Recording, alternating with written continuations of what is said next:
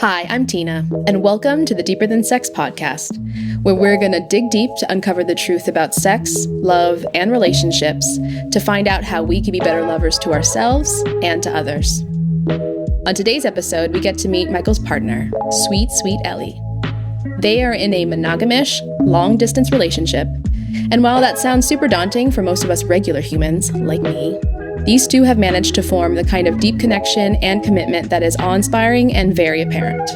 I think one of the most fascinating parts of the conversation was when they shared with me how they support each other through the inevitable feeling of jealousy, and how that actually brings them even closer. The love between them was visceral. Or maybe that was the wine we were drinking.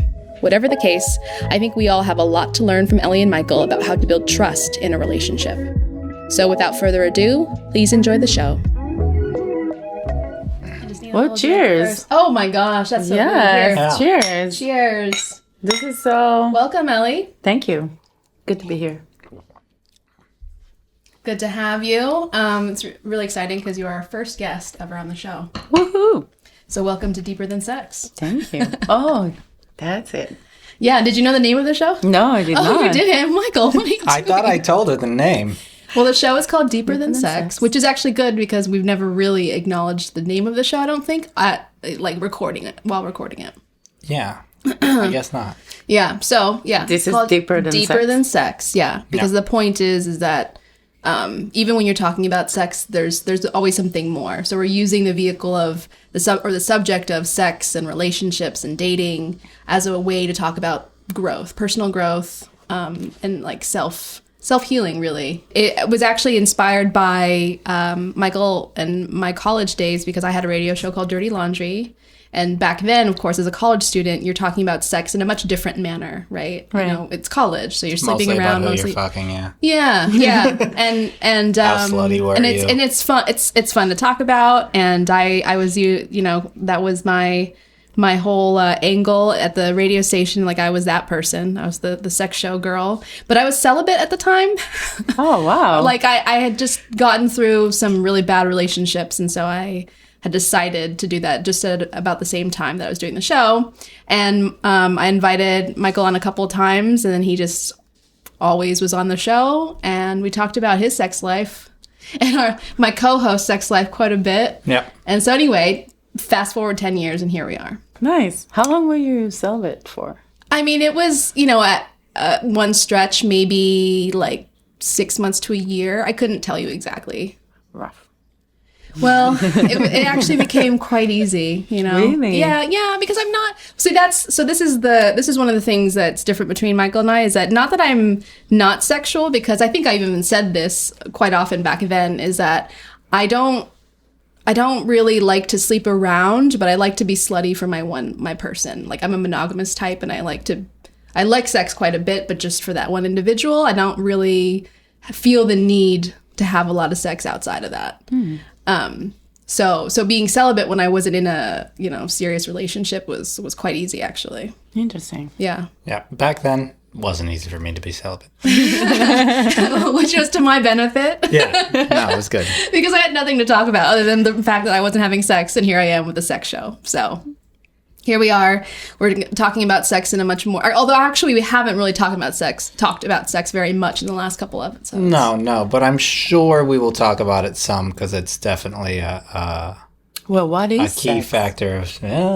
Let's just get into it. I mean, it's a key thing that makes part of the long-distance, I think, relationships kind of work is the sexual energy you have when you're together, the sexual energy you're building when you're apart.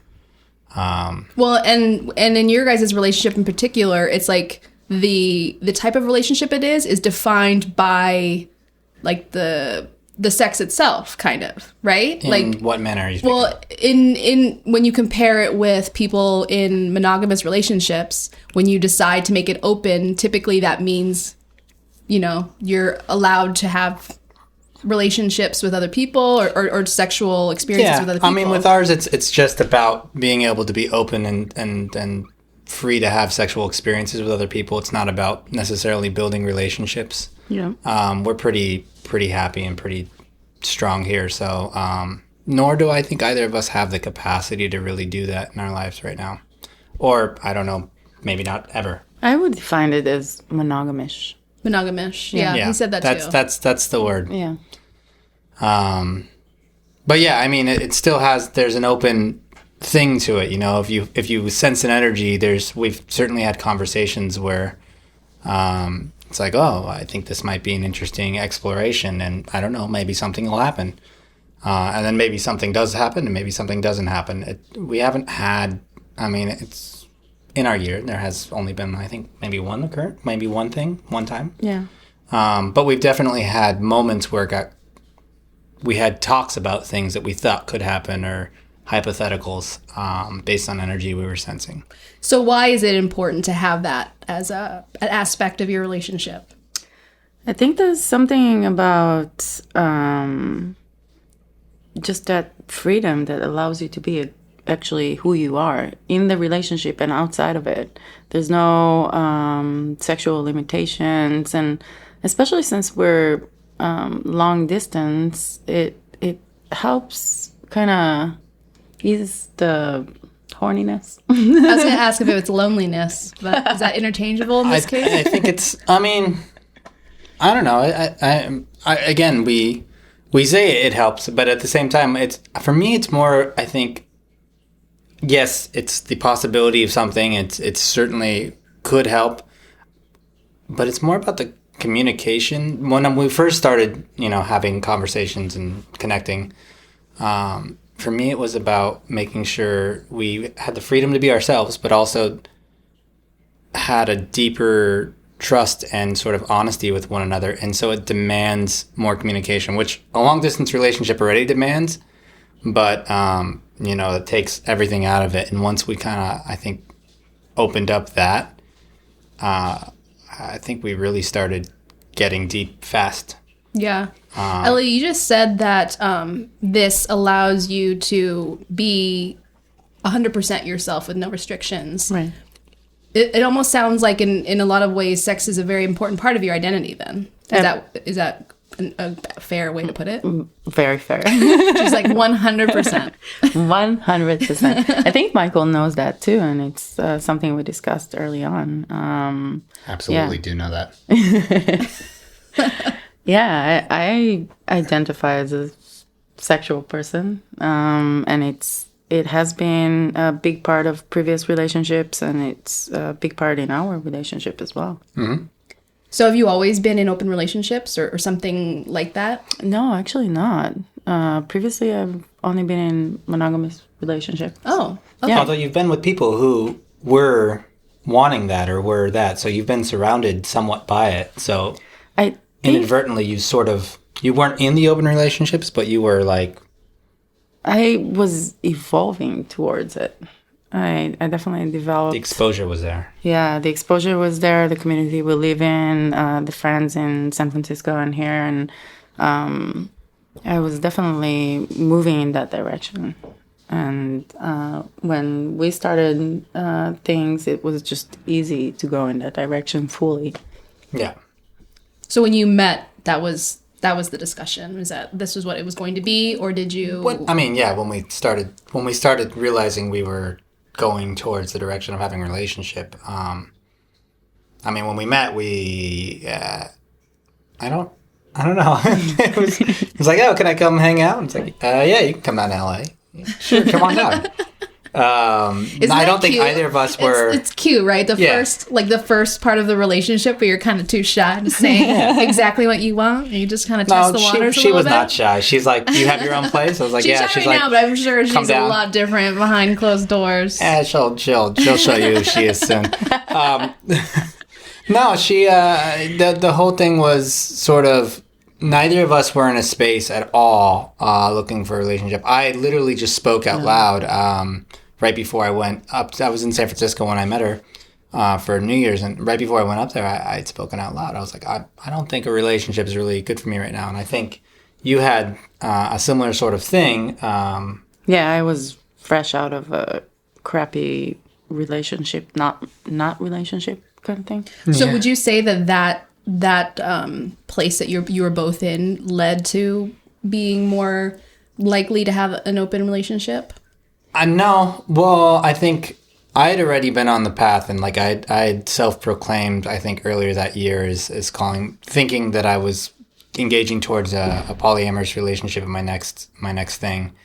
I knew I wanted something open to some degree, so that was sort of, for me, having something in that realm was a necessity, because I kind of saw it towards what I needed for my continual growth and self-expression. We had a lot of conversations about it. We did. And I think it's because, I was like, the first thing out of my mouth was Polly, and the first thing out of her mouth was, well, I don't know about that. But that seems like a very... she I can imagine that I would be the same. But she's a sexual being, so I feel like she was like, but I don't feel like your sexual, expression is under my jurisdiction. It's not something that I have control over.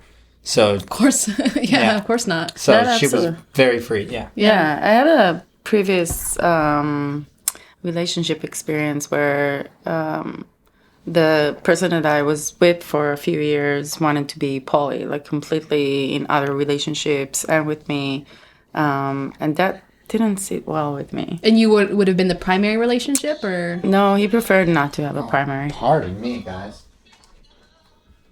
He's the sound guy, everybody. Yeah. I put my phone on airplane mode, Same here.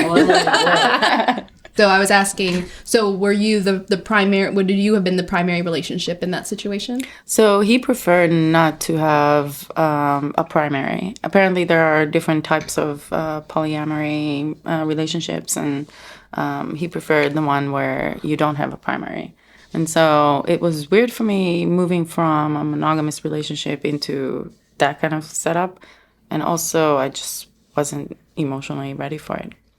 And I think I'm not really there yet. Is that something that you would be open to in the future? Is that what you... Yeah, probably. I mean, when you're with someone for a long period of time, like over years, everything changes. And right now, I feel like my emotional needs are being met by Michael, and even though we're long distance, it's still I don't feel that urge, that energy to go out and search for more. But sexually, since we are long distance and since we are explorers, it's easy to just explore. Yeah, I mean, I feel like even so, we so rarely, I think, at this point.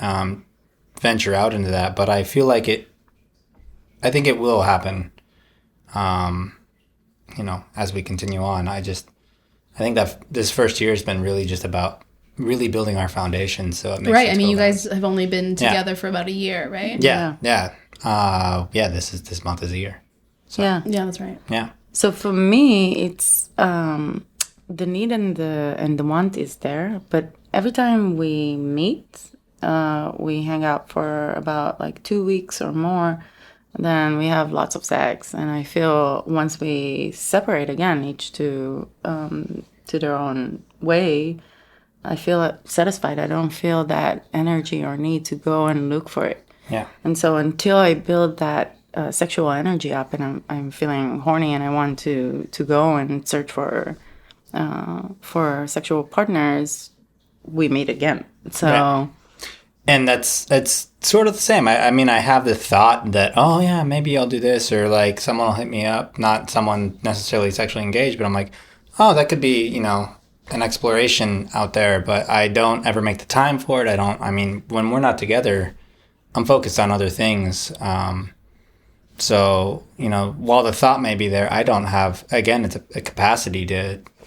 It's almost like this pressure release valve is there so that it actually eases any strain on your relationship being long distance, right? Just to have that option there, it kind of reduces that being at the forefront, right? Because you're like, oh, well, if I needed to, that's not a problem. Right. Exactly. And we've built a trust, and we've had an experience, and we've walked through it, talked through it, and luckily we had an experience where we had like an advanced conversation, and, it was a sort of a premeditated, we knew it was going to happen.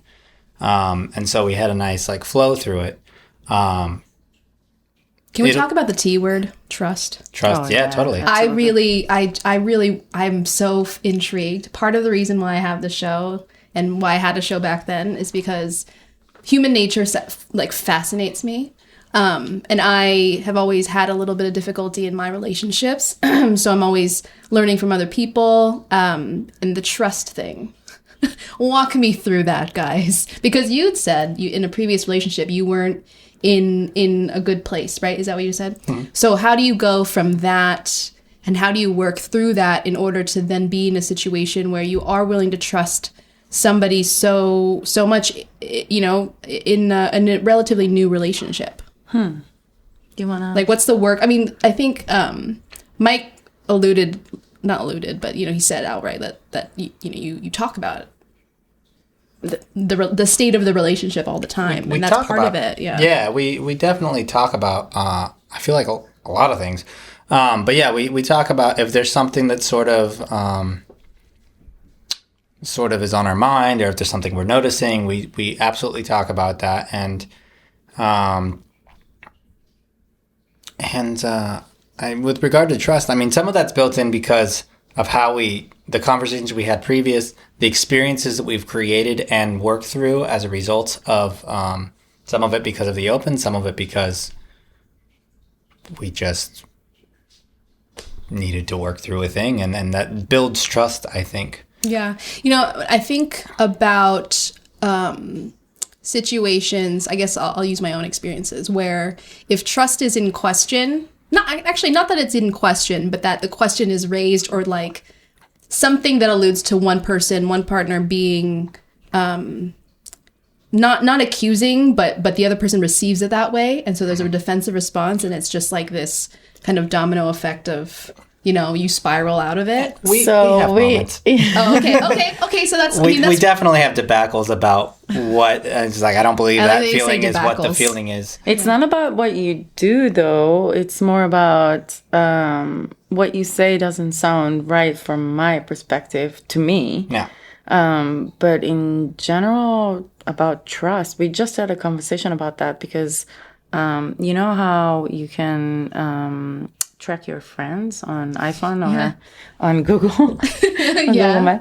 So we see each other's location. Oh yeah. Can you have that specific to a person, like not open completely, but just to one person? Just to one person. Okay. Yeah. So we see each other's location, and I shared that with one of my friends, and they said it was weird. It was kind of creepy. It was.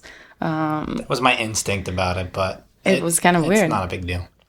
And then I responded that I see it as a form of protection because I know that there's no way that I'm going to tell Michael that I'm in one place and I'm actually in another, that I'm going to not be honest about where I'm at or what I'm doing. There's no such thing. Yeah, it just depends on how you choose to look at it. I mean, in a lot of ways, because you guys are long distance, it oddly makes you feel kind of close because you know where they are. Right. So you can imagine maybe like what, like where, you can picture them, like what they're doing in that moment, kind of. I think the only time I ever really engage with it is if I know she's out and about and I'm like, oh, she home yet?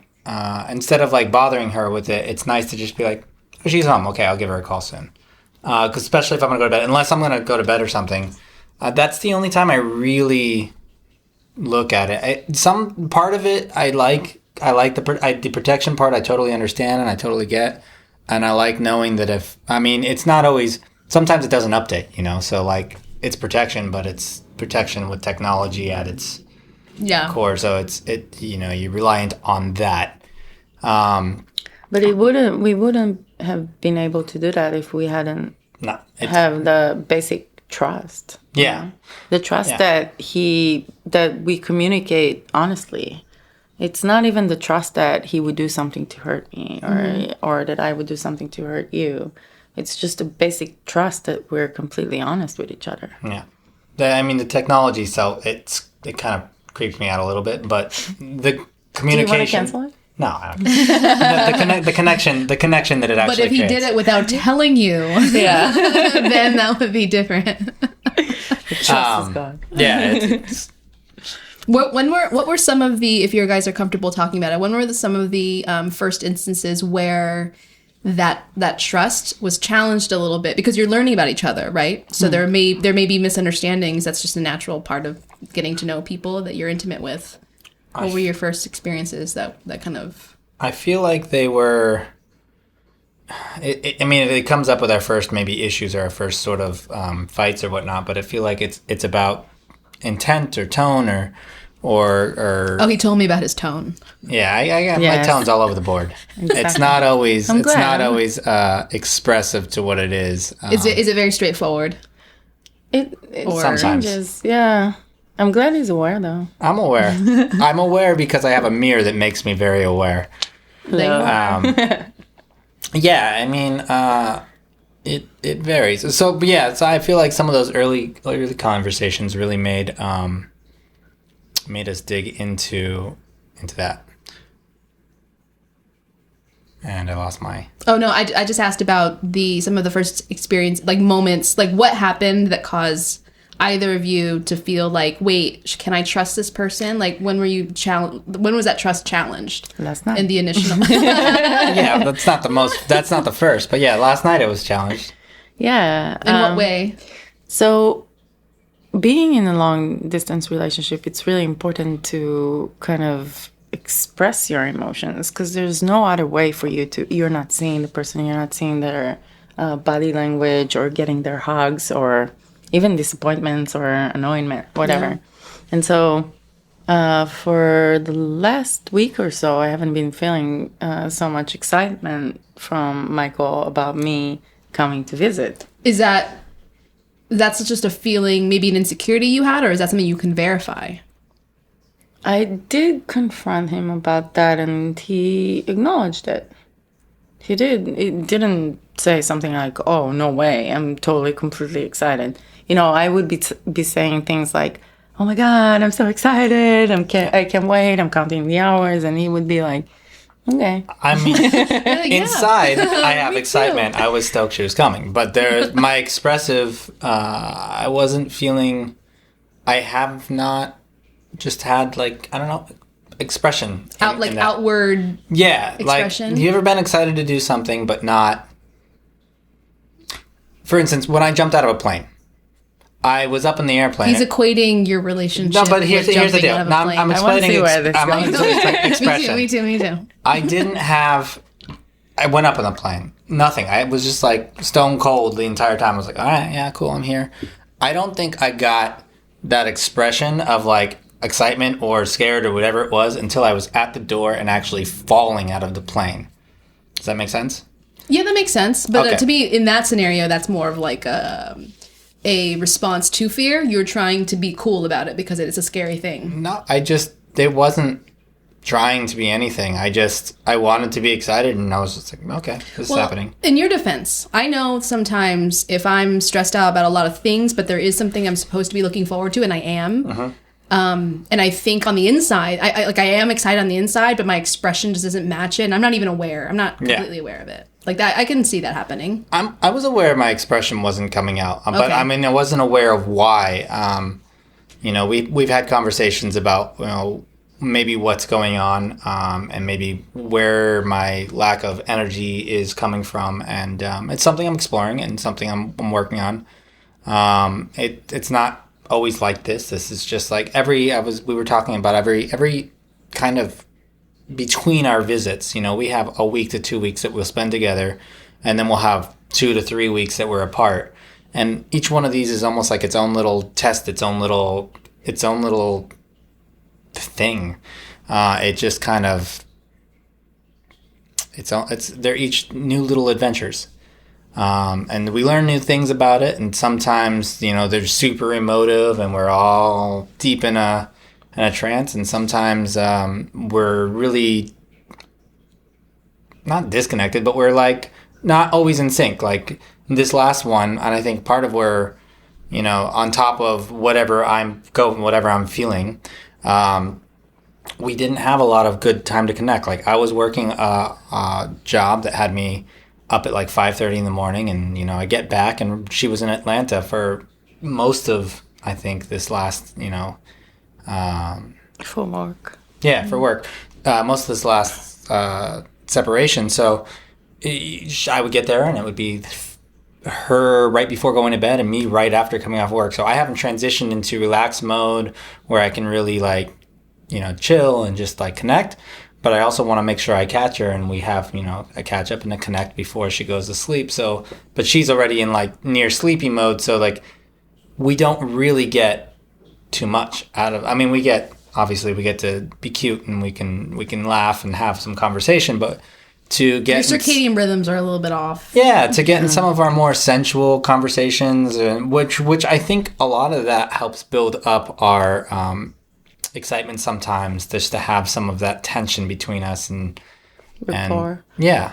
Well, I think too, entering into 1 year of this relationship, you may be reaching some kind of sense of normalcy, right? So it's less. Possibly, yeah. It's kind of like, oh well, I know what this is. So you've gotten your own kind of rhythm. Basically, at this point. Acknowledged something to that. We talked about. I expressed different things. I'm like, well, I don't know that I connect with these ideas, but maybe there's a comfort coming, which is a good thing. But it's also like being aware of, don't get too comfortable in any relationship. I don't think that I have in the past, and I know that I have the tendency to do it. So it could very well be connected to that in some ways.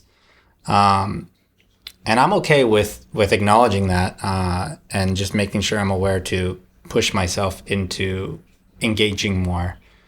She's definitely called me out a couple times, and it has prompted me to engage more, whether it's been an expression or just like what her needs happen to be. And with our long distance connection, it's really important to be aware of those things and be open to the criticism when it comes, because it's not meant out of anything. It's like she has certain needs, and in order to make this function and go where we ultimately wanted to go, which is, us 10, 20 years down the line and still happy and smiling, you have to let someone know that you're having issues or that you need something. I think on the communication episode we talked about how I have trouble asking for what I need. Yeah, we talked about this. That's my I would say number one thing that I need to work on. Not in any other arena of my life, just in my intimate relationships. I have a hard time asking for what it is I need. I don't imagine you have a hard time asking for what you need or what you're feeling or thinking. I'm pretty straight about it. Does that, I'm just curious, that lead to you eventually like expecting the other person to give you something in return, but not getting it and not asking for it, and eventually it just explodes in some way or another? Oh, certainly. Yeah, I get. I typically find myself in relationships where it is a little lopsided, and that's a whole other thing I need to examine. Why I'm attracted to people who aren't necessarily emotionally available. Been there, done that. Yeah, right. So then I enter into a situation where I like someone enough, and the way I look at relationships is a little bit on a scarcity model where I'm like, I don't like people this way very often, so I'm hanging on to this even if I shouldn't, kind of thing. Gotcha. So then if they express that they're not ready or whatever, I will say, oh, okay. Even if that's not what I want, I should be better about saying, no, I want a relationship. So I guess that's it. Place of fear a little bit then. Scarcity is a fear. Yeah, it's a Absolutely. fear mindset for sure. So I have to deconstruct that. I think humans, naturally don't want to be alone. Whether or not you think you're a lone ranger or not, I think it is in our instincts to be like, right, oh yes, connection. We want companionship, some kind. Yeah. A teammate. Yeah. It makes sense. Yeah, I was going to ask you, do you both, or do you especially, Ellie, do you hold milestones in high regard? Like relationship milestones? So we have really cute milestones. Tell me about them. Let's get cute for a second. Because when I got here, I heard you guys, Michael was telling me about your little way you talk to each other, and I got a little taste of that. I only talked a little bit about that. I didn't. He has a list of firsts that we had. Oh, so you both cherish these memories. And we also have dates that are just like, you have to remember them. I think I can share these. I mean, if you are, yeah. Yeah, there's only one explicit, but we've already told you that. Ellie so. firsts, yeah. Well, my birthday is on Christmas Eve and his is on Christmas. So we have a birthday week, basically, where we celebrate. This was the first time we celebrated, but yeah, we went to Mexico and just had a week of birthday. So this list right here, I'm not going to read it unless it's silly. But like, no, but this basically is a catalog of all the big moments in your relationship, really. Right. And our anniversary date is January 1st, which is wonderful. Like the new year. The first time we were intimate was February. Valentine's. Some of these are funny. I mean, not fun. Like, it's just funny that I'm reading your very personal list right now. Some of them were on purposely, on purpose to be laughs, you know. Wait, we'll do this, but I want to also find out how'd you guys meet? Friends. We were out dancing one night, and we lightly connected that night. It was more of a few words, an exchange of eyes. She literally just got back to town and had a rough day. And what were your thoughts when you saw each other? Were there like, I thought she was that? cute. I was like, oh, who's that? And like she was dancing, and you know, we were under. I at least was under nothing, no influences. I was pretty much. Neither was I. Yeah. Okay. There you go. So for the record. And I saw her there, and we had an exchange of eyes. There was definitely something like connecting in the eyes, and oh my God, his eyes. Was there for you too? I like that. There's the other party here. Yeah. We can go and like, go back and forth. On his eyes are something that I definitely remember. His eyes from the darkness of the club. It's just like you see his bright, beautiful eyes. Meow. So who made the first move? Well, we didn't actually do anything that night, but sort of. Girl. Yeah, she made the initial move. So she had asked me that night how long I was staying in town, and then she kind of disappeared into the club. I like it. She saw a friend. Well, we had the conversation, but it was just kind of like she was on her own thing that night, and so I was just whatever. I just went and danced, and I was like, I just wanted to dance this night, you know. Yeah. Wait, sorry. This is in San Francisco. Yeah. Yeah. So you were visiting. I was visiting for the holiday, as often I do. And so I went about my business, hung out with the friends, danced. I just paid no attention to it. I was like, all right, she's on her own thing. And at the end of the night, I went to look for her just to say goodbye, because, I mean, why not? But she was nowhere to be found. When you have that little... You had a little something, you're like... bit of electricity, you're going to go see that through. See what happens. You know? I didn't know what would happen, but she was nowhere to be found. So I was like, okay, that's fine. I went home. Poof. Yeah. And so on New Year's... 3 days later. 3 days later, I went into the Breakfast of Champions, and I saw her again, and we spent the whole day together. Yeah, she said a few words to me. Asked. Do you remember what those words were? First, I asked him what was his last name. I think because I wanted to. I was like, "You live in LA, right? Can I come visit you sometime?" She said she goes. You live in LA, right? And I was like, yeah. Do you have your own place? Yeah. Can I come and visit you? I was like, I looked over and I was like, yeah, absolutely. And that was, I mean, there wasn't too many words before that conversation. Yeah.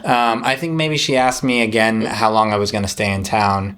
And I said, probably till tomorrow-ish. And then in another poof of smoke, she was gone. No, she wasn't gone. We ended up spending the whole day together. Yeah, that's right. At that point, we were connected. I realized, okay, I'd like to, before this person comes, I'd like to connect. Before she comes visit me. Yeah, maybe we'll connect a little. I just started this new job, and back then, and it's completely remote. And I was on the wave of this year, I'm gonna travel. Okay. I'm gonna work from anywhere. And then he was like, I met this cute guy, and he's in LA. I'm like, can I come? Can I come visit you? Yeah.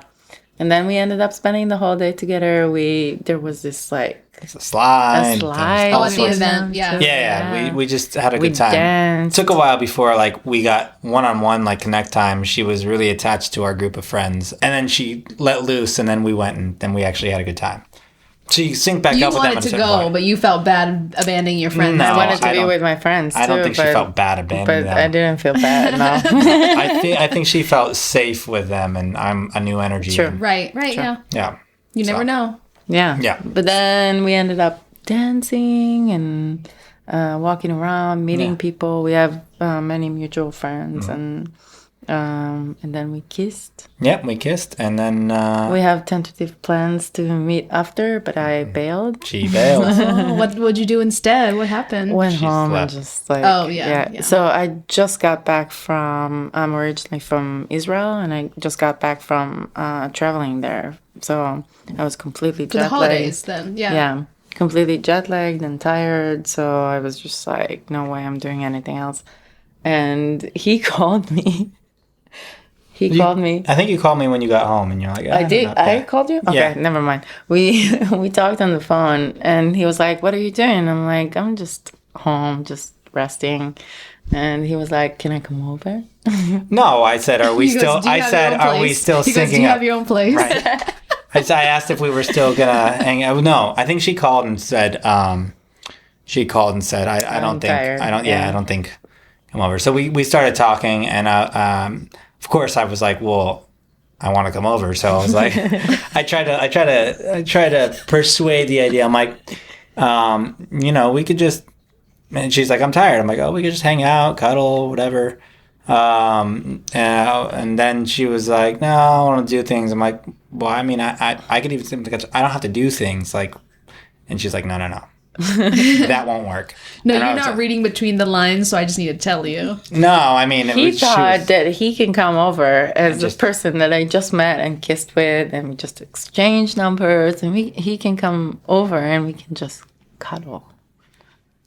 I've done it before. I'm not imperfect. I'm totally able to do that. Would you have been able to do that? No, that's why he didn't come. The woman knows herself. Okay? Yeah, she knows herself. Yeah. I know what, I mean, there was definitely a thought in my head. I was like, yeah, I would say this. And then, You're like, if it happens, well. yeah, but I wouldn't go over there with the idea to push it up by any means. I actually meant that we could do that, and if someone expresses that, I'm really good about that. I believe I learned that. That boundary. Yeah. Yeah, I've crossed the boundary before in the past. Yeah. I had to learn it. I'm a learned man now. Yeah. Good for you. Yeah. So we can go back to that list now. So now Yes. we've set the stage of how you guys met. And then you were saying, so this was like in January, right? January 1st. Yep. And then fast forward to February. She'd already asked you. She cleared. Yeah, she canceled you on me live by 2 your- or 3 times Right. before No, coming. once. Twice. Oh, Okay, so wait, fine. you made plans to go see She him made plans sooner to than see me February. like a week or 2 later. Wow. And she you were canceled really on on your me. mission to Like just chicken. travel. Yeah, a chicken. She canceled on me, and then she had a business thing, I think, or Yeah. and then she was like, okay, well, maybe this other date, but she didn't make a firm idea to it. I'm like, okay, so she's coming, and then she sort of canceled on me again. But we kept talking, and at that point, I was like, well, okay, well, So at this stage, you don't know each other very well. All you know is that she's canceled you on a she's couple flaked me times. twice, yeah. Yeah. So did you have a thought about like? Because I'm taking all these clues, and you build your interpretation of a person, right? I didn't think she was flaky. I just, sometimes connecting, especially long distance, I was like, Yeah. So flaky is your neighbor not showing up or someone local, but this is someone who has to fly down. I was like, okay. But I also was like, I'm not going to put a lot of effort into it, and I don't. It's so new. You guys just met, Well, yeah. Also, I don't need to with someone long distance. Like it was probably in my mind. I was like, okay, well, it's cool. I'll just continue on to do me. Sorry, I had something in my throat. And so then He's getting emotional, right? Yeah. He gets emotional a lot. no, but we kept talking, and then she mentioned. I'll let you know though that we were talking every day for hours. Yeah. That's Every a big. day That's an important Yeah, detail. and we until the moment she came over and we actually had an intimate connection. These were just we had no intimate conversations like sexual or anything, nothing like that. Just getting to know you. Yeah, it was all heart and communication. And we just, until we had that connection, we didn't allow things to like think about progressing in another. So we just really deeply dug into one another. And I'm a texter. Oh, you are? Yeah. It was you mentioned very this. hard for me. I converted her phone. He converted me. She's full on convert. I'm trying to be in your mindset at that point where you just met somebody and spent all day with somebody, but it's an environment where you're kind of partying, right? And then you go from that to like, what was it that brought you to call each other every day and talk? Like, what was the impetus for that? It kind of just happened naturally. That first conversation we had the night before I left, she's like, "Are you sure you have to leave?" I was like, "Yeah, I totally do, but I'll call you on the road. I've got a 6-hour drive. I'll call you." And then we talked for a chunk of that. I don't remember how long. We talked for probably 30 to an hour that first night, even though she said she was tired. Plenty of time to hang out. Just saying, she was only 10 minutes away. Just lower hate to hate. It was nothing. Slowly. No, it was slow. So yeah, and then I called her and we spoke. I don't remember how long we talked. Probably for a while though. But just right off the bat, you just had this. Well, it's easy with him. Yeah, you guys were just drawn to each other. It's harder to shut me up than to get me talking. He's also a talker. I was editing the other episodes. I was like, okay, cut from here to like 5 minutes down there. He'll tighten up the story. She's going to keep that one in this one just so she can let you all know how much I talk. I just want people to know that I'm not rude because I'm constantly interrupting. We'll cut that out. No, I don't know. I think we just kept having good conversations, and so we kept talking, and then there's no conversation of like trying to figure out anything that you guys are. This is just you guys are talking because you like to talk about life, about relationships, about growth. There was a lot of growth that she was going through at the time, and a lot of things that I was experiencing, and we helped each other through some thoughts and some big ideas, and I think you hadn't done that yet. But yeah, we processed through some things together, and we just expressed a lot of gratefulness, and we really hadn't had, I think, a foundation with a human where either of us had spoken like that. And I think that's where a lot of our the strength of our relationship. I don't know that I've ever had such clear, open, and honest communication with someone. And we still both struggle, I think, at times to maybe not to just allow ourselves to be honest with ourselves so that we can be honest with one another. But the beginning of a relationship, right? The beginning of a relationship is the best part because you're hungry to know about the other person. So you have these amazing deep conversations.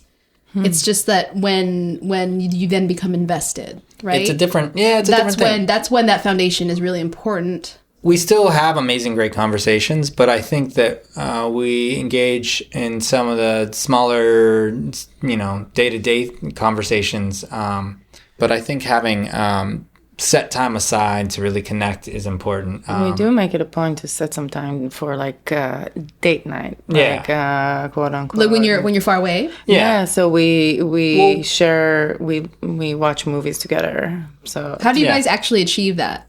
Like setup wise. Oh my god. You go for it. So if we do Netflix, there's Netflix party where you can just share the screen, watch it at the same time, and there's also a side chat, so you can chat through it. But we really tried different tools, and we chat just text chat though. Just text chat, but we can Netflix also hear each other through. Okay. And then we researched a lot and we tried to find good tools, but we landed on Zoom. Yeah.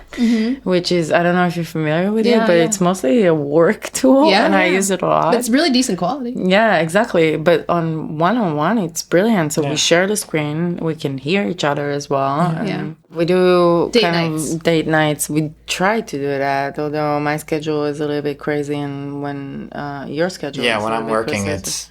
Right. Film life is no joke. But we do try to set some time for that, and conversations are just naturally flowing. I feel like every conversation we have is like minimum an hour. Yeah. So do you text each other throughout the day, and then general Sometimes. practice is at night before you go to bed? You talk to each other, or what's the rhythm? Depends on the day. Yeah, it depends on the day. Definitely send each other stupid gifts throughout Yeah, the day. yeah, we're gifting all the time. Oh, of course. Gifting it yeah. up. There's a lot of like misuse and cutesy things that happen there. Right. Inside jokes that we flow back and forth on there throughout the day. Just Wait, so speaking of cutesy stuff, let's go back to that list. I wanted to just talk about because we haven't talked about sex yet, and the show is meant to be about sex to some degree. Yeah. So I just thought it was funny to have the February milestones there. Oh, so, you want so now both we've of set them? the stage. You okay with both we've of set those? the stage. I'm okay with that. If you're okay, yeah, we've set the stage of like where you guys were at as far as you met each other January 1st.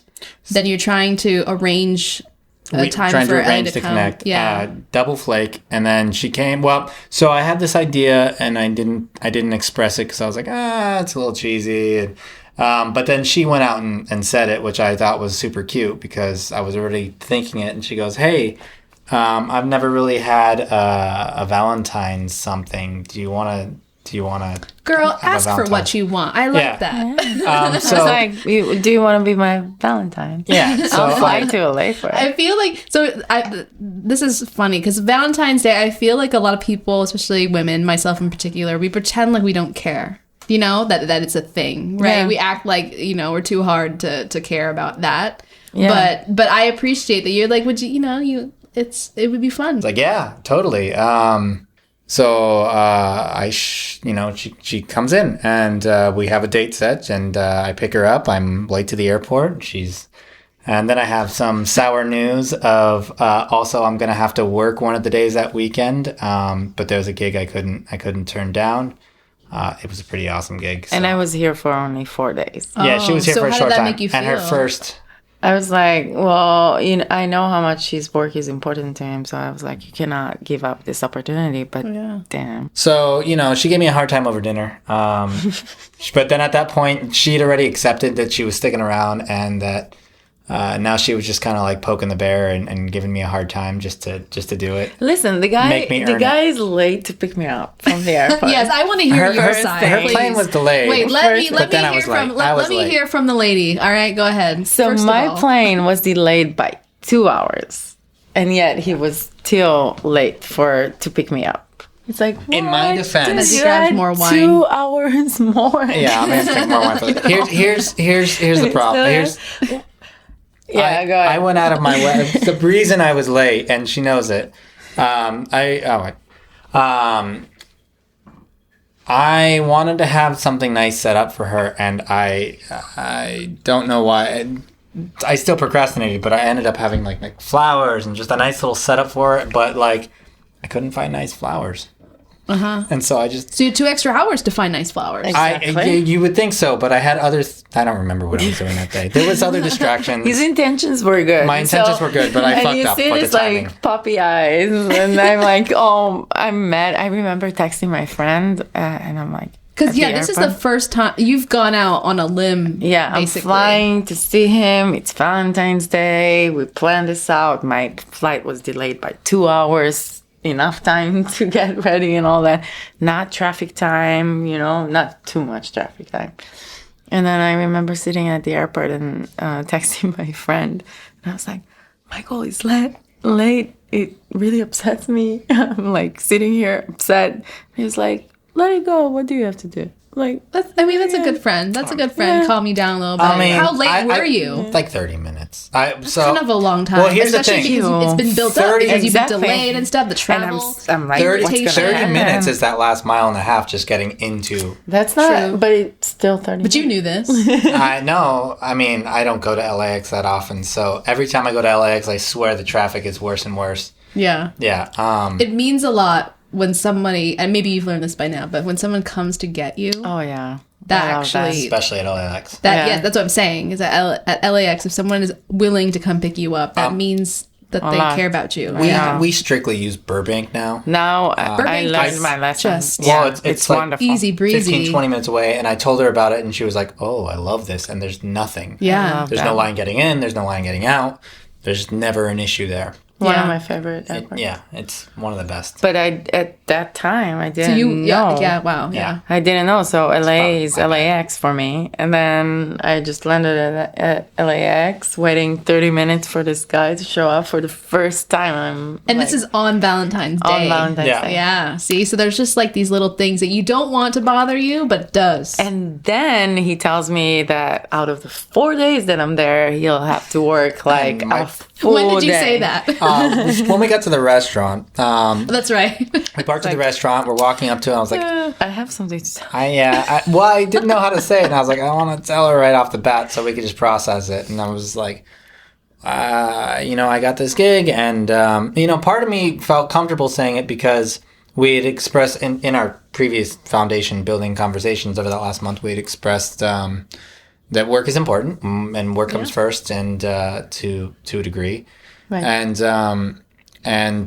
also I didn't feel so bad because she had canceled on me for the first time, or maybe two, business related. The first one was business related. I don't remember the second. But was it like last minute cancellations, or It was was it The businessman was. Barely yeah. was. Oh, yeah. okay. And I wasn't It's not canceling. I was just stealing a Saturday. Yeah. Oh, I actually bought a ticket. I was gonna say, how far were the plans that you I bought canceled? a ticket. Yeah. But that's for me then. Yeah. It happens. Sometimes. Yeah. So let's get to the good stuff. He tells you this stuff. You're like, oh, there's just so many just marks. Yeah, Off of, it's and then you walk into the door. Was there anything special, or did you not manage? Well, to at that point, we succeed? had a nice dinner and we'd laughed some, and she was still sort of. You could still see she was sort of holding on to it, but at that point, you could also see it was sort of I holding made on him to it feel because bad. yeah, she was holding on to it because this was her power stance now. It Oh yeah, wasn't I was really. gonna say this is when you just take your feminine wiles and Exactly. you just really make She it. was just eating it up. Yeah. But we I think we sat down. We came in and we were sitting on the couch for a bit and talking, and Not to mention the sexual tension, basically, right? yeah. But now it's created also an awkward air between it as Right. well. He feels guilty about Yeah, being I don't late do good with shame. I and- just yeah. Oh, you don't get horny when you get shamed? that's not my turn on. Tina, do you?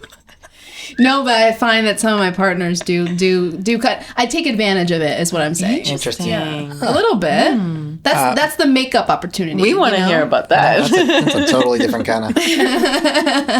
How do I feel good about that? No, he gets kind of like distance, and now I know. Back then, I didn't know him that well, so I didn't know what that vibe was. But he was feeling guilty, and so he was kind of distant. So there was some sort of an awkwardness at dinner. Luckily, but I it had was still lovely. The excuse when she walked in, I was like, "Well, I was getting this Yeah. lovely setup." What was it? Was it just flowers? It or? was flowers. I might have. I don't know if there was a stuffed animal or anything, but there was flowers, and it was just a nice setup for her. Like I'd set up a little side table to the bed so that she had like just everything she needed right there. Yeah. And then we sat on the couch, talked. You played the guitar. Yeah. Then she kind of cuddled into me for a bit, and then We started making out. Yeah. And we went to bed and just fucked. yeah, There it is. yeah, it was fucking. So for me, it was pretty. I was a sure thing that night. You were a sure thing. Yeah. Well, it sounds like you would have been a sure thing way back. Yeah, Way that's back true. when The you were moment too she bought a tired. plane ticket, it was a Kind sure of thing. yeah, But exactly. building back into that, coming out of shame and being like, okay, you want to fuck now. This is not gonna kind of work, and it is not how I operate. This is Michael. Yeah. Yeah. So I, even though she's here, you would think that I would just be like, okay, well, get over it and fuck me. But no, I was feeling bad. I was feeling bad before I took it, but I also knew that I had to take it. Yeah. So The point about shame, it's more like because they feel shame, they try to make up for it. So that little that extra work that they do Right. is nice. Right. Is what I meant earlier. Yeah. So you shut down though. You just were So he doesn't do that. Yeah. yeah. I'll put the work in, but immediately it takes me a bit to get out of my shame and back into the work. So did you guys have instant sexual chemistry? Like, was it a good fuck the first night? So I can tell you that before I came to visit, I was worried about not having that sexual chemistry. And I remember even telling you over the phone, even if we don't have that sexual chemistry, I still want to be your friend. Yeah, we talked about that. This relationship is really important to me. Like Before you got there. Before I got there, I wasn't sure. Because we hung out the whole New Year's day, but like you said, it's a party. It's with friends. It's a different type of vibe. Yeah. And I was like, I wasn't sure how it would be just the two of us. So I was like, even if we don't have that sexual chemistry, I still very much want to be in a relationship with you. I've totally had connections like that before where I've talked every day, but when we got into a room together, that's just not what it was. Even though it felt like it was intimate, like... And it could have been that. And so, but once I arrived, and even though he was late and told me that he was working, he's so cute. You found a way. So in the conversations leading up to you being in town, there's no sexual nature? Was there a sexual nature to the conversations? A bit. I think I opened up a little bit about my preferences and how I like it. To some degree, tiny little bit, not fully. But I didn't get that until I think the second time that we were being intimate, I think is when I really understood, this is what she likes. And I hinted, though. Yeah? I hinted. You hinted. But I think we really got into it because there was some power play and some things that I had never quite done with any partner or anybody before. And she kind of brought me into it. And at first I wasn't really mentally like on board. Like I was like, this is fun, interesting, but it was... Wait, did you say power play? Is that what you just said? Yeah. So I hinted towards like power play, control. I like those kind of things. Like a dominance. Well, the other side is being dominant. Yeah. So you're the submissive one, is what you're saying. Yeah. And to answer your question, the first time we fucked was not... It wasn't as good as the second time. Yeah, the second time was... Of course. I mean, you learn. But I was wondering, mostly the first one was just like not so hot. I can look around the room and really see what we did the second time. Yeah. We were just doing You look around the room and you can see what you did the second time? Is that what you just said? Yeah. No, I know where we were. Where you... I just see you looking up at the ceiling. What are you talking about? No, he has this. Well, I'm fucking Spider-Man. Okay? Yeah. Or she, it was a little more acrobatic. Yeah, exactly. Adventurous. Yeah, Cirque du Soleil. Yeah, exactly. So that's when that was. I have a stronger memory of the second one than I remember the first one happening. I more remember the makeout. Me too. But I certainly remember the second time. Me too. Yeah. The second time was a little more primal, I think, and that's where it came from. It was just like, now we've engaged, and now we're trying... You've opened up a bit. Yeah, and now we know that this is like this. Our weekend's going to be this, despite the one day I'm gone. We're going to have some sexual play here, and we had a lot of tension building up to it, and we had good communication, and the first sex was good. It just, you're always learning someone, so it's... To this day... Every time we meet, since we're long distance and we have time apart in between, every time we get together, the second time is better. There's always because there's that, as much as you know each other, right? Exactly. Just reacclimating your energy, right? Physically in the same space. Yeah, just syncing something back to up. navigate. Yeah, syncing back up. And then the second time is just us. The first time is kind of like awkward. Who are you again? Yeah, exactly.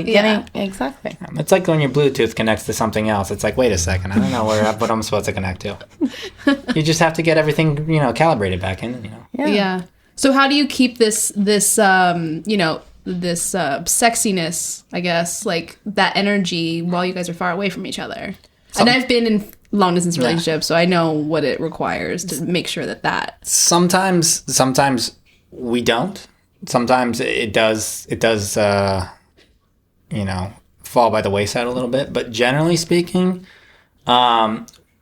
we try to make dates. We try to engage. We have some playful conversations. Sometimes a little bit of, phone intimacy, phone sex. I like how polite we all are. I tried to be polite, which when we first did, she was laughing about. She didn't think it was. That's one of his firsts on the list, right? Yeah. Well, it's on the list because I just love how it's worded. Yeah, Ellie's phone first fuck. phone fuck. Yeah, Ellie's first phone fuck. Well, she Well, I've never been in a long distance relationship Okay. before. That's worth mentioning. And then also English is not my first language. So when we started this, I couldn't get into it. He was just like I tried. describing in a very detailed way, which you should do when you're not Right, trying to paint a picture. right, like, but being gentle about it, right?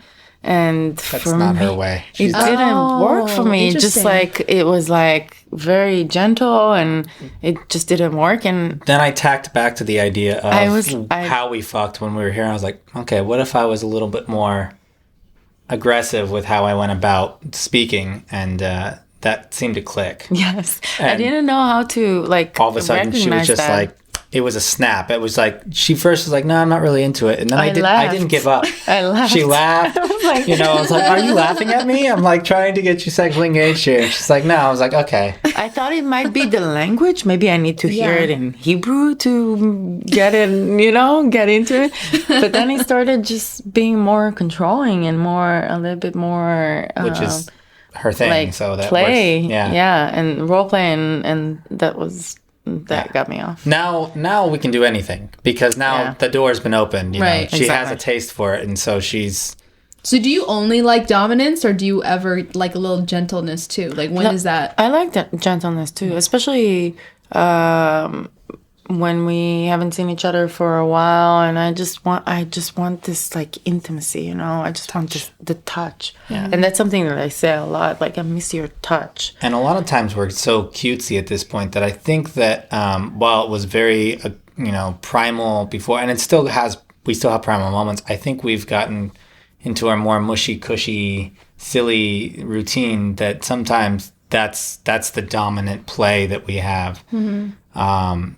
I find myself at times not forgetting, but like not clicking into that sort of primal energy because we get so silly. And it's so nice. It's nice. It's If it fun. works, it works. Well, I mean, we Yeah. have this really our whole conversations were like in different voices, and it's weird, and we're in our own world. And Yes. sometimes I think I'm a character, and it's a comic book, and I love it. I and feel the same.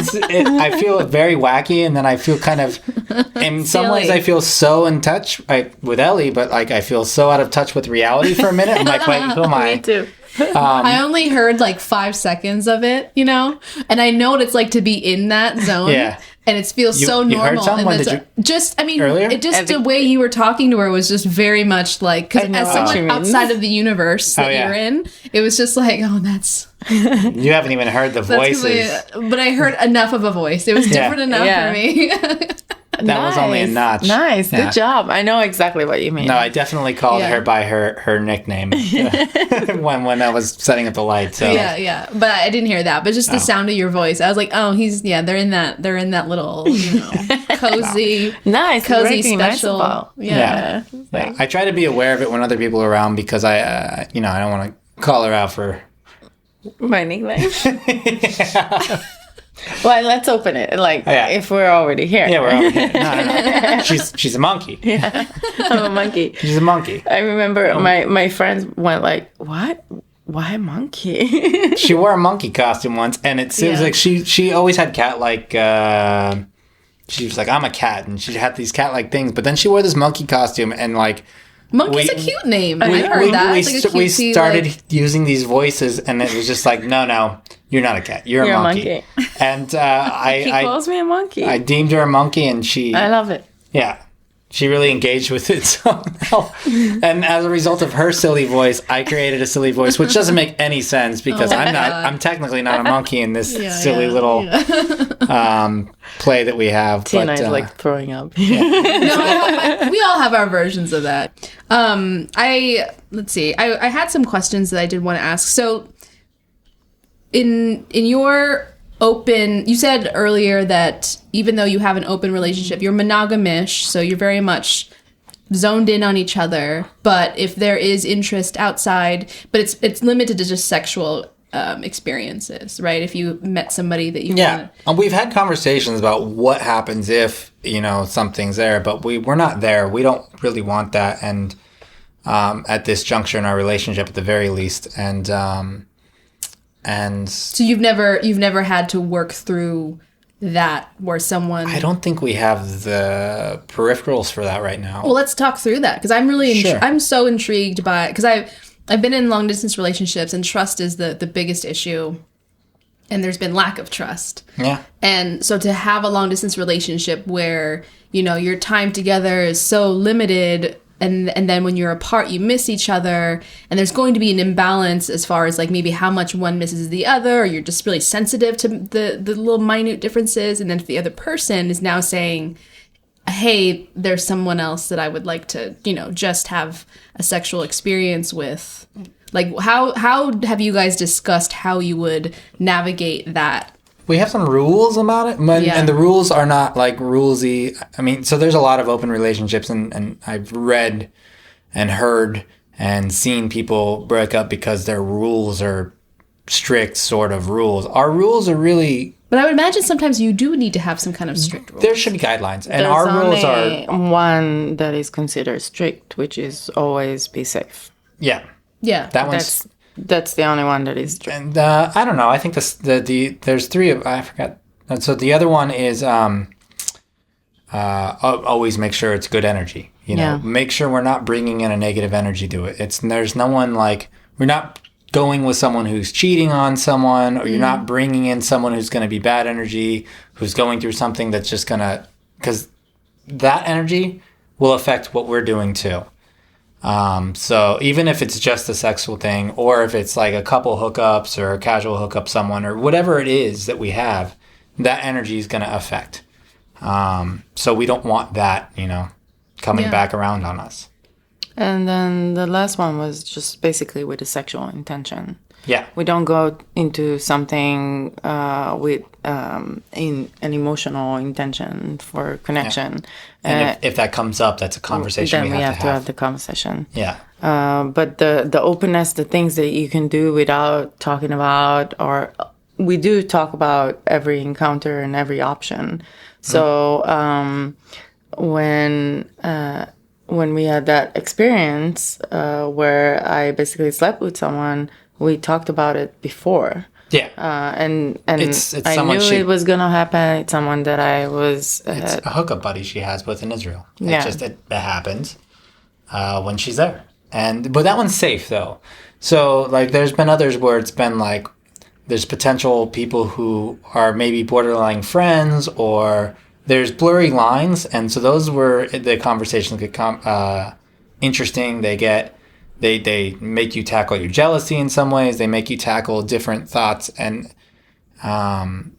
that's where you really understand trust and safety with one another. We never avoid talking about it, though. Okay, but Ellie, did you just say that you don't necessarily, like, one of your rules is not that you don't necessarily have to talk about your... No, we're definitely going to talk about it before. Okay. If it happens spontaneously, then after. Yeah. But the guidelines that would make me feel safe and him feel safe to do something without potentially hurting the other side are those three guidelines. And anything other than that, then we'll have to discuss and make sure we both feel good about, you know? Yeah. Because the only risk really is just with friends. Right, because the emotional attachment could exist. Yeah. Right. And so the conversation that I've persisted with that is, you know, if I wanted to have that relationship with any... I mean, and given, I know there's always exceptions to anything, but generally speaking, if it's a friend who's been around and I wanted to have that kind of relationship with them, I would have prompted to engage with that kind of relationship. Sometimes you have a connection with someone and there's sexual energy there and tensions that you want to play off of, but I don't want to build a life with that person. And, you know, I can't think of a single friend that I would go, oh yeah, no, I'd build a life with that person. I know I want to build a life with Ellie. So that's the difference of like how I'm operating when I'm doing it. Ellie, do you experience jealousy, and then what do you do when you start to feel that way? So when he first brought this up, the option of having sexual relationship with a friend, I was kind of I expressed jealousy, and I felt jealous too.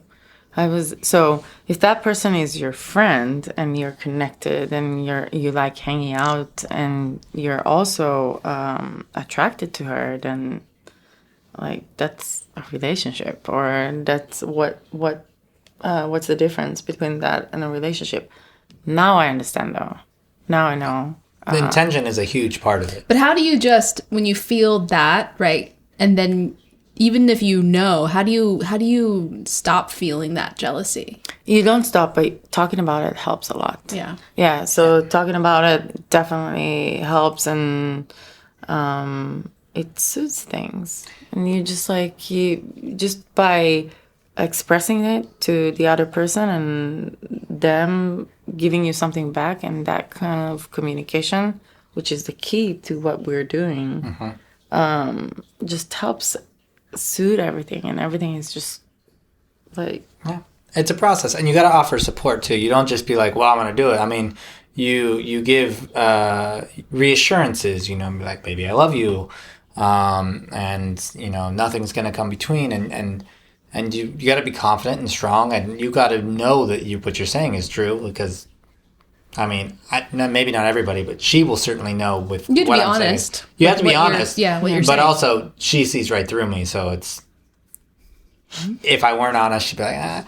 And good at calling me out on it in a way that, sometimes we have a little rougher of a conversation, but generally speaking, we get through it. We literally had a thing last night where, there was moments where I was like, well, I know we're going to get through it. And, we go back and forth on, there's insecurities that come into play, and there's emotions that come in play. But, we wake up the next morning and we've gotten through it. And here we are talking about it still. Right. Yeah. So. And communication is the utmost importance. Yeah.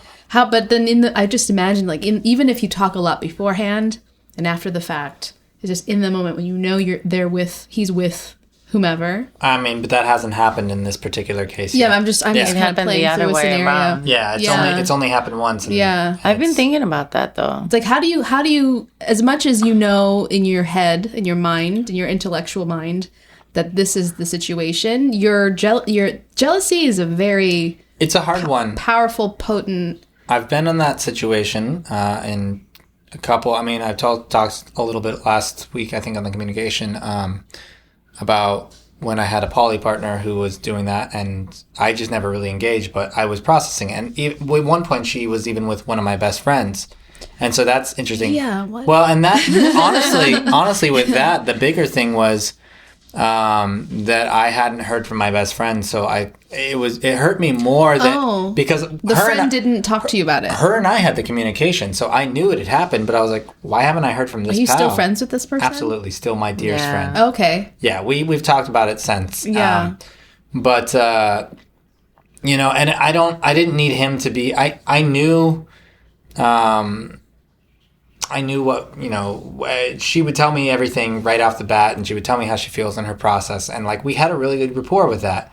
It's part of the foundation that's given me the, what I have now to build this in with Ellie here, to make me better at that. She taught me a lot about how I was going to go about that, not knowing that that's what she was teaching me. And, in that situation, it was just like, okay. And she connected with a couple of people that I knew or were friends, and it's an interesting process. And jealousy is something that you deal with on your own. It's something that you have to. It's our responsibility to handle our own emotions, and as a partner, it's your responsibility to give your partner reassurance. It's not my responsibility to deal with her jealousy, but it is my responsibility, assuming that I love her the way that I know I love her. But it is my responsibility to give her those reassurances, give her that love, give her that support. But it's not my responsibility to change my course of action in this particular, because of how we've processed and how we're arranging it. Just like it wasn't her responsibility. She knew that there was moments when she was in Israel, even though I was totally cool with it, and in fact, probably beyond cool with it in some points, there were still moments where I had jealous moments, and she recognized them. And It didn't change what she did, and it didn't change anything. It just changed our conversation. It did change our energy for like maybe a night or two. I was going to say, when you are feeling those feelings of jealousy, are you still very, like, is your communication still on point, or do you dive a little bit into that kind of petty? No, there's no petty. No, or not petty, but you know what I mean? Like, you get a little bit. There's a dance that happens, and eventually we ease into what the thing is. Very fast, though. Very, very quickly we eased into things to go into details and ask and answer any question that he had. Details. Yeah. Wait, let's talk about that for a second. Do you talk about each other's? I mean, well, you've only had one instance of this, but I asked details. I didn't get many because apparently there weren't many to share. But no, you got as many. I got as many as there were to share. So you want to hear the details? I want to hear the details too, because I think that otherwise you're just left to your own imagination, and that's the worst thing. So it's better just like, I mean, we're also very honest with each other. Yeah. So I don't want to just sit there and imagine how it was or wonder to myself. I just want to there could be a play on it too. I mean, not even a play, but just if you are truly like partners and you're super intimate. Yeah. I mean, there's nothing more intimate than to know exactly what was happening when they were intimate in another. Well, and also I asked, is there anything interesting, anything cool happen, anything fun, anything we want to like play with? Sure. Yeah. In this case, not so much, but like there could be, and be like, wow, I tried this thing and I'd like to try this. I'd never, maybe someone teaches you a new trick. It could be a learning experience. I don't know. There's all sorts of different experiences you can have with that. Yeah. Yeah. On this side, and I don't know how she's gonna, process it whenever it may happen, but on this side, I think part of me knew it was happening, and there's two parts of me that happen, and in the past, I think I leaned more towards the jealousy and the worry and some insecurities. I think now when things are kind of occurring, it's strange the night, and especially if I know in advance it's gonna happen, like I kind of go into more fantasy mode, and like I kind of imagine it happening, and it's almost my own little sexual play that I can have with myself for my own pleasure. And so that's an interesting thing. I think the idea of it is actually not worse, but built up in your mind in a way more to give you that jealousy and those other emotions. But the actual happening of it almost becomes like maybe that's sexy, almost like I'm, dimensionally looking through a peephole. Yeah. I mean, and it's good to know that she's getting pleasure that she wants. We also fantasize about that as it's definitely one of our plays. Yeah. Or our thoughts. I think to be able to be open about the details of that and not be reactive to it is actually, as I'm thinking through it, that's actually a quite powerful, commentary on the status of your intimacy, right? Mm-hmm. It's like there's absolutely nothing that is off limit. I mean, that's really deep. Right. And the way I see it, his or my jealousy are like any other emotion, where if something I did made him sad or angry, we would have talked about it, and I would have been there to support him. And if I did something wrong, then I would apologize. But if I didn't, then I would just be there to support him. And it's the same thing with jealousy, because I know I haven't done anything wrong. We talked about it. Everything was planned. And so if any jealousy comes up, we talk about it like any other emotion. Mm-hmm. Yeah. It's just something to process. You guys make it sound so easy. I know. It is and it isn't. The conversations can be hard, and we can trudge through them sometimes. And that. What has been your hardest conversation to have? Easy. Oh, yeah, no, you don't have to get into details necessarily, but just like it was almost a 2-month Actually, it's important to. I think the revelation we had and the breakthrough we had is an important thing to discuss in a long distance relationship. So basically, it was around. If I'm going to go for it, lead away. We were talking and conversing in a way that basically we tried to figure out what would be the best path to eventually lead us to live together or be in the same city. Okay, yeah, so there's an end game. Yeah. So we're like, what can we do? Like, what do I do? What do you do? The preface being that Ellie's not a huge LA fan, and I've lived in San Francisco, and although I love San Francisco in many ways, I have no real want to return, at least at this juncture of my life. Here.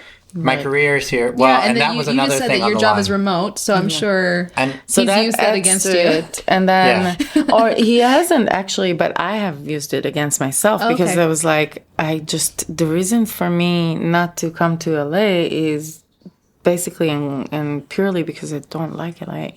I don't want to own a car. I like both cities. And I'm very much attached to San Francisco. I've been there. It's the only city I've lived in the U.S. I've lived there for almost 10 years. I have many friends. It's a great place. It's a great place, and I'm very much attached to this place. But I'm also feeling guilty because I can work from anywhere. I can be anywhere, and yet I don't want to come to LA. So all that tension for me with myself and with him and us trying to figure out how we're gonna end up being in the same city, and that created a lot of tension between us. My work, his work, my travel, he's trying to develop his career and all that. Eventually I had this conversation with one of my best friends, the same one that I texted at the airport. The good friend. The great friend. He's amazing. He's pretty incredible. He's amazing. And he was talking about his life. We got deep, and eventually I had this moment of breakthrough where I was like, why am I fighting this long distance thing? Why am I trying to avoid the distance? And why is the end goal being in the same city? Was it your desire initially, or both of your desires to be in the same place? It's still our desire and a future eventually, point. Yeah. But instead, why am I not leaning into the distance, enjoying the distance, enjoying the time that I have in San Francisco with my friends, my independence, the time that I spend with my other Israeli friends where we can talk Hebrew, you know? They do it anyway, even if don't. Or just anything, just leaning into it instead of fighting it, instead of like, how do we make everything work so we can be in the same city as fast as possible? You move here, I move there, all of that. And that was a breakthrough in our relationship. Which was something, honestly, it was the foundation of our relationship, was not to like be pressured and do anything. And then somewhere in the middle of the year, I think just like that flow of being in a relationship, like those, I don't know if it's cultural, societal, I don't know what ideas it is, but those ideas. So it was an idea, yeah. And somehow that infiltrated how we were operating, and so we got really hell-bent on trying to solve it. And I mean, a lot of it had to do with, some of it has to do with the fact that I'm having ups and downs and the freelance life and film life and my struggles with that. And so I'm like, oh, maybe I'll do something else. And then it's like, oh, maybe you could do something up here. And then there's all these ideas that came up, and I definitely adventured into a lot of that in the last year. But, she had that epiphany, and it just, all of a sudden I felt, and so when we were having that, I will recognize, and I do recognize, and we have spoken about it a little bit, there was a little bit of some of that safety about some of the conversations with that, I think was a little frazzled.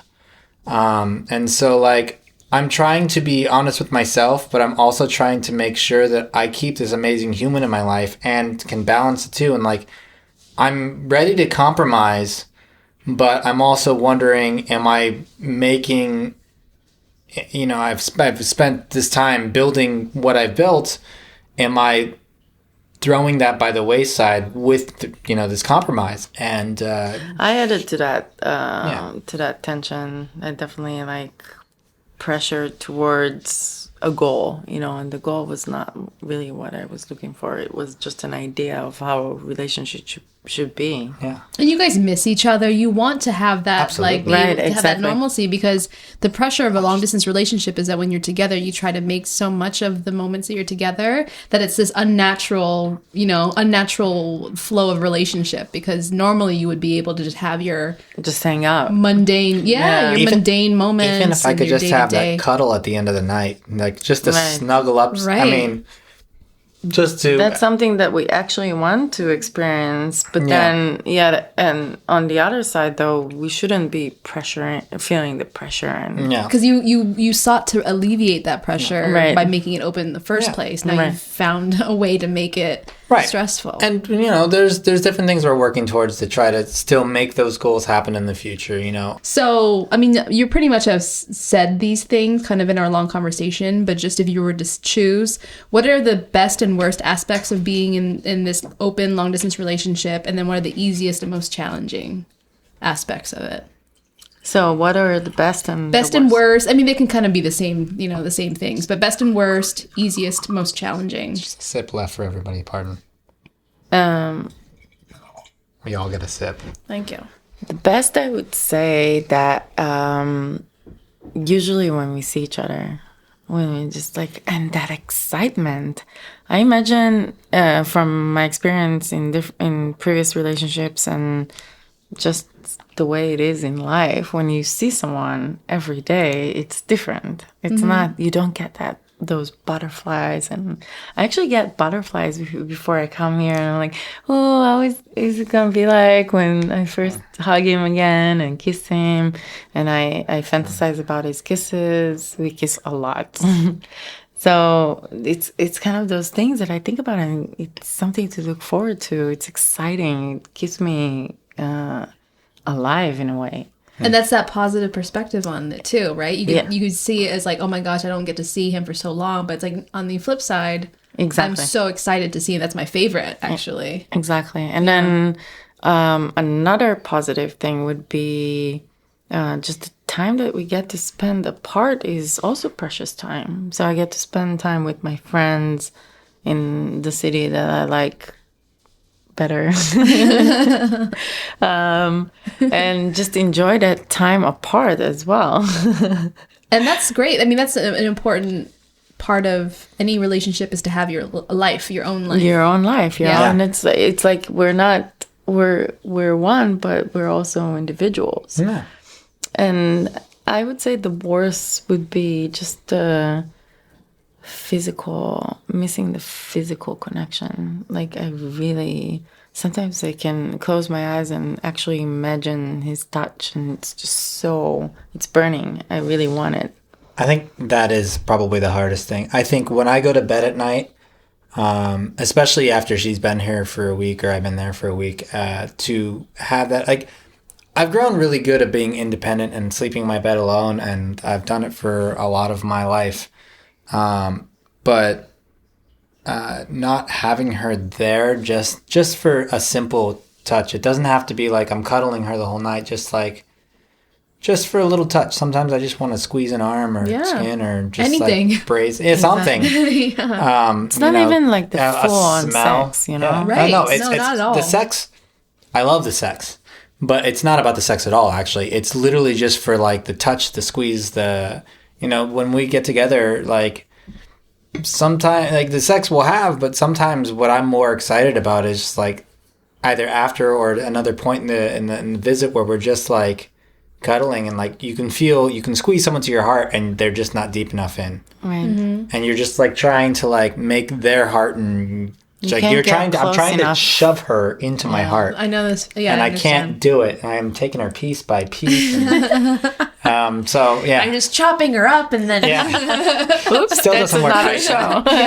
show. So when we're together, because our moments are so precious, I definitely, any habits I'm trying to form they're not out the window, but they're not technically in the window Habits either. you're trying to form together? Whether health habits or just things for my I own see. personal life. Yeah. So like if I'm Routine. doing, I definitely, I'm more like, I'm That's trying to spend all the moments I have, because I know I'm only going to get her for about a week. Yeah. And so like although I still, like today for instance, I still went to my yoga class, I still do things.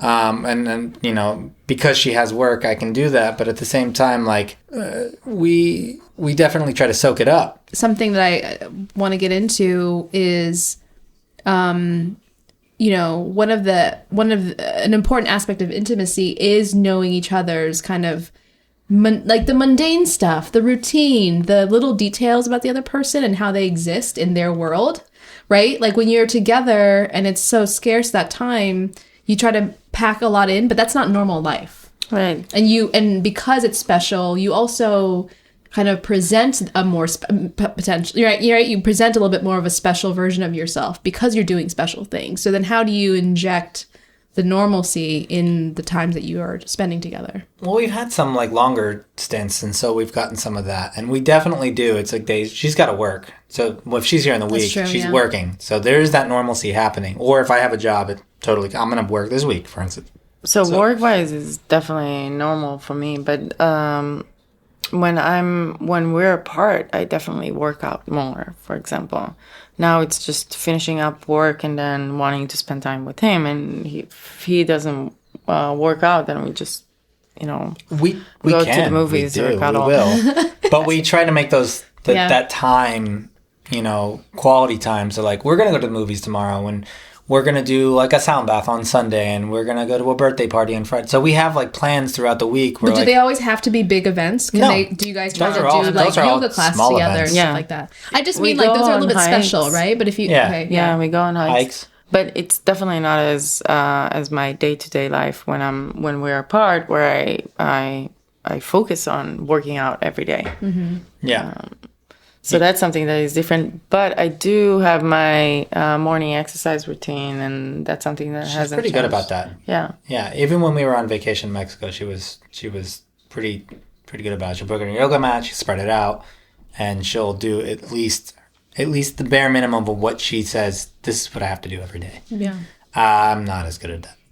You could do it while she's doing it. I could do it right now if I want. That's what I'm saying. What have you both learned about yourselves as a result of this relationship, or just in general, having, I guess this is your first open relationship. I was going to say in general, being in an open relationship, like what have you learned about yourself? Or even if this helps, what have you been most proud of being able to accomplish?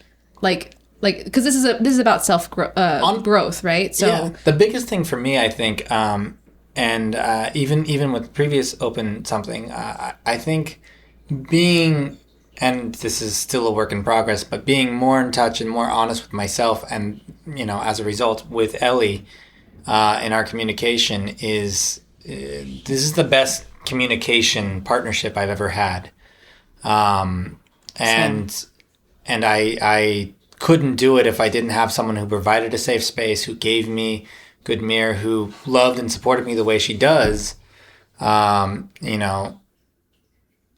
And I grow because of that. I feel like I get better at communicating. I feel like she introduces a lot of calmness to my world. And some of that has to do with me having time to process that information in between. In my previous relationships, you know, if I had the capacity, we would easily fall into a let's hang out, you know, it'd start with a couple of days, and it could turn into the entire week of hanging out. And then I don't give myself time to give myself time. I will fall into that trap time and time again. And you know, in the instance that she lives, I'm hoping that by the time that we get into a space that we're together, we've developed such strong independence that we still keep that rapport. And I think we will, because I've been there in times, at least in the earlier times, she was really good about me. Like, I need this time. I'm going to spend this time with my friend, and this is independent time. I think we treat it a little more precious now, but I think the longer stints we have, the more we're a little more fluid with that space. Intent is everything. Absolutely. If you're talking about it and the intent is there, I mean, that's more than half the battle. But we do talk about everything. And so to be so open and honest and to share that, it's really taken us, I think us both to spaces of growth that we, in the last year, that I don't think we imagined to go to. And I feel grateful for it.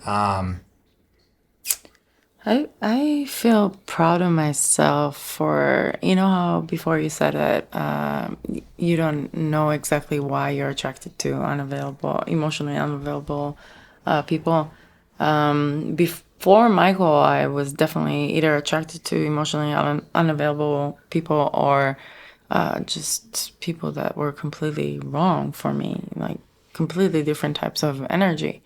And I'm proud of myself for being able to recognize that this is something different and still go with it, you know? Because in previously, I used to just be like, oh, I don't feel that initial fire immediately, then it's not it.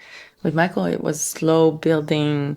And I think that's there was sparks. There was something. There were sparks from the day we met, yeah, but it wasn't like previously. It was just, oh, you, me, okay, let's go into a relationship. Yeah. Well, I mean, because you said sexually you like a more dominant personality, right? And I relate to this.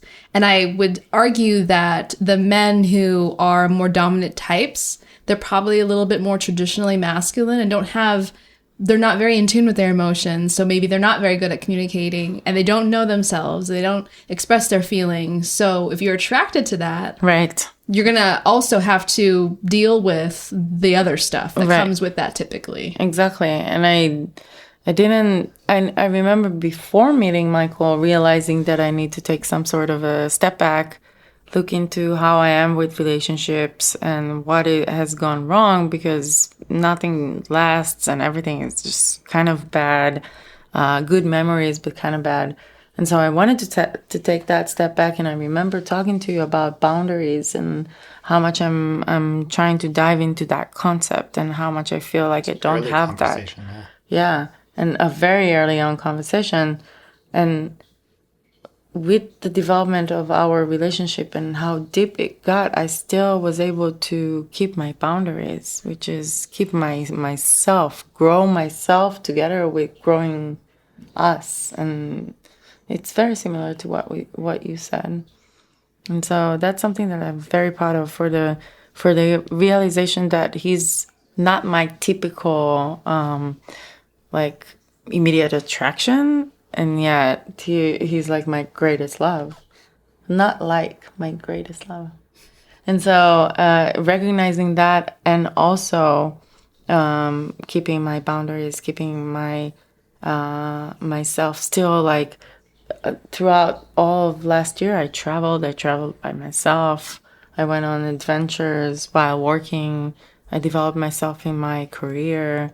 I did a lot of stuff for me and not drowned in the relationship. And that's beautiful. Problems. I mean, you did say that you started out the year, you had wanted to do that for yourself. Yeah, exactly. And I didn't give that up just because previously I met this guy. I was planning on traveling. Never mind. Let's just go with him and wherever he goes. And that's what I needed back then, but it didn't work for me anymore. And so having that and just being ourselves and still being so amazing together. So I have just one more thing I want to ask you. Just one? Just one. If you were to offer advice to anybody in your situation, whether it's long distance or open relationship or both, what would that be? Oh, lean into it. Just embrace it. Embrace the distance. It's actually wonderful. And once it's gone, whether it's because the relationship didn't make it or because you finally are together in the same space, things are going to change. And for the better, but also it's going to be different. So just enjoy this time. Yeah, embrace the difference. The changes that happen along the way. Understand that it's not always going to be that you're in sync. Be aware, recognize it, speak to one another about it. Be honest always, but be okay with not always being in sync or being like that connection that you have is so strong. Know that connection's not necessarily wavered. The more if you dig into it and add to it, it's going to create a whole if you focus, if you hyper focus then you're on creating that. you're creating a new problem in its own, and it's not always. I mean, be aware of it, and if there's a problem, of course, address it. Always keep that honesty, but that's how you make it go away. Yeah, it's again, it's like leaning in. It's okay to not always be. You're two different humans. Yeah. So just be honest and have a communication and be really good about trusting and having an open communication about things.